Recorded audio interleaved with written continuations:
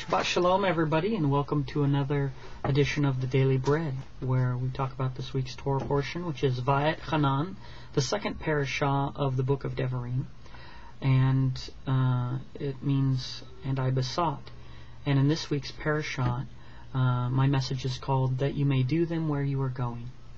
We start off this week's parashah with Moshe beseeching Yodewahe. Now this word is Hanan in Hebrew, and it's the same word for grace. So this concept, the first interesting thing in this parashah is that we have Moshe, who spoke face to face with Elohim, who did all these great things and miracles, written of in one of the most prominent figures in the Bible, and he's seeking this grace to be allowed to enter into the kingdom. And yet the reason why he didn't get to go in the kingdom is because he disobeyed Yodewahe.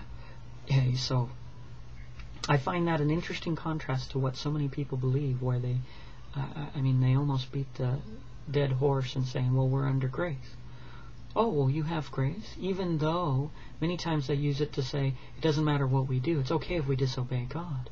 And the fact is that if someone as great as Moshe couldn't just disobey God and have grace to enter into the kingdom, then I think that God's judgment doesn't change, and people need to realize that that is a very poor way and a poor expectation that I wouldn't count on myself.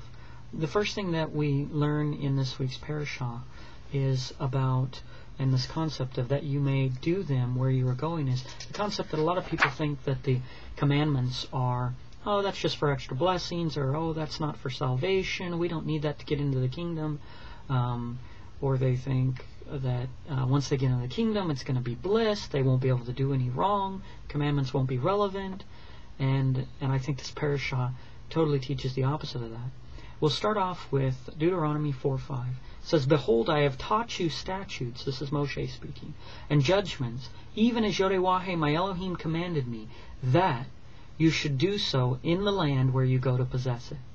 So here's the pattern where Moshe teaches the law, not just so that they could do them in the wilderness and it's not going to be really relevant once they get in the land, but they're doing them, they're specifically teaching them and preparing them in advance for what they're going to need to do in the kingdom with Yahushua. Now you notice the pattern that Moshe teaches them the law in the wilderness and then hands them off to Yahushua, and Yahushua is the second one who comes, and he's going to take them into the kingdom. And part of what's going to be required, as Paul said, Moshe brings you to Yahushua, right? Well, the same thing happened the first time. And the whole point is that you don't disregard then what Moshe taught you. As a matter of fact, you're going to need what Moshe taught you. That's the whole bringing of you, preparing you for understanding Yahushua. And not many people understand Yahushua according to the letter of the law. They look at him and they don't know the letter of the law. They don't know Moshe's words. As he said, if you would have believed Moshe, you would believe me, because he wrote of me. He prepared the way for people to understand what the letter of the law was, so that they could see Mashiach, who kept all of the law, and understand what that meant as he expanded upon it and taught them the spirit of the law. You need that preparation. So next thing we get in this Torah portion is it says, don't diminish from the word. So you don't take any bits of the law away. You don't diminish it. And that's exactly what many people, Messianics and Christians, do. Is they diminish it, saying it's not important, it's not relevant, you don't need it. By the way, this is the same lie. Actually, the first lie in the Bible, there's a little quiz for you, was that surely you won't die. That's what the serpent said.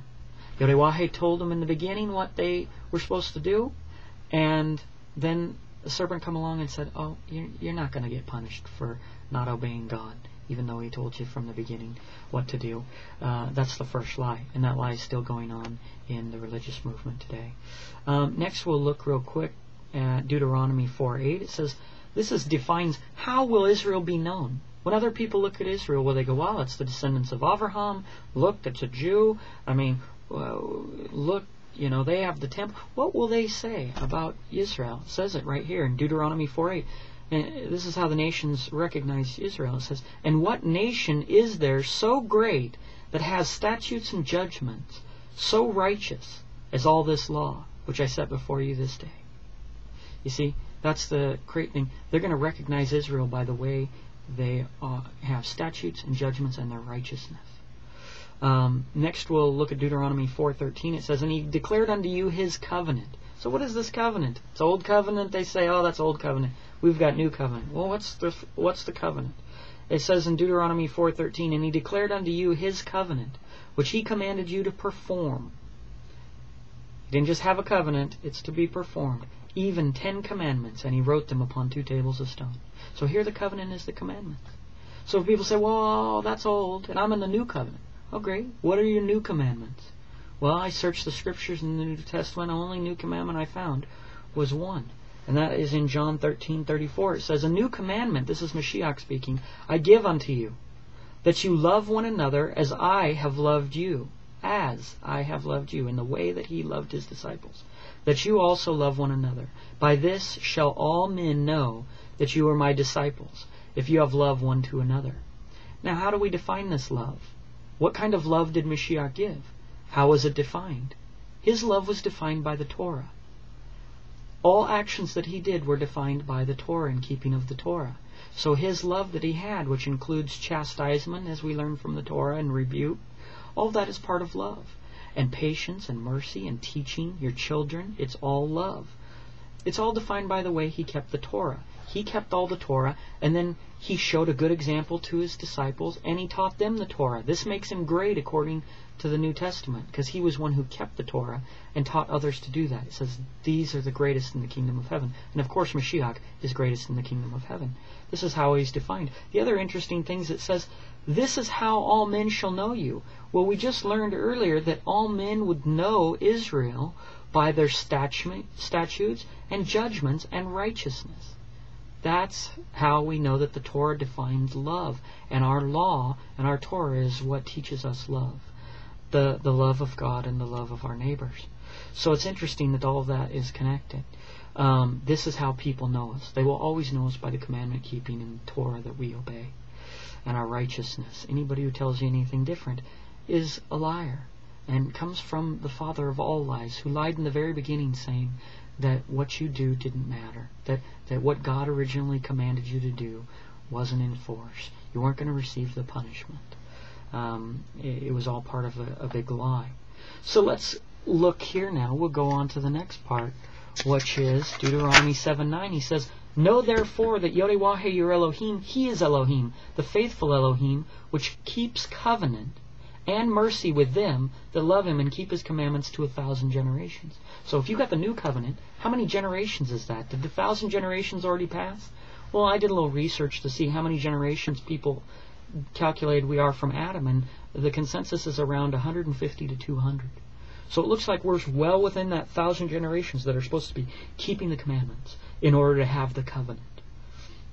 So we see in 6:24 it says, "And Yodewaheh commanded us to do all these statutes, to fear Yodewaheh our Elohim for our good always, that he might preserve us alive as it is this day." So keeping these statutes, all these statutes goes on always. And then we go to 6:25 where it says, "And it shall be our righteousness if we observe to do all these commandments before Yodewaheh our Elohim as he's commanded us." So many people get in this fake humility that, oh, well, I can't do anything good. It's only the Holy Spirit. But in a way, this diminishes our own measure of our commandment keeping, which has been from the very beginning. It's always been a measure that, Hava and Adam weren't kicked out of the garden before they sinned. It was a measure of their sin that caused them to be kicked out of the kingdom of Elohim. And getting in is a measure of your commandment keeping and your righteousness also. And it's the expectation when you're inside also. So we see this whole concept that you don't diminish it.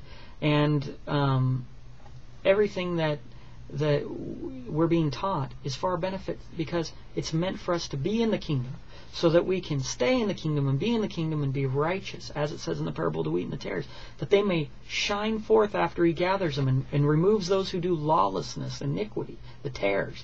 He says, so that they can shine forth in righteousness, and as the sun in the kingdom. See? So it's always about righteousness. Don't let anybody fool you and tell you that the commandments aren't relevant, that the commandments aren't going to be necessary in the kingdom, and then the commandments aren't going to be measured in order to get into the kingdom, because that just isn't what the Torah says. Till next week, Shabbat Shalom.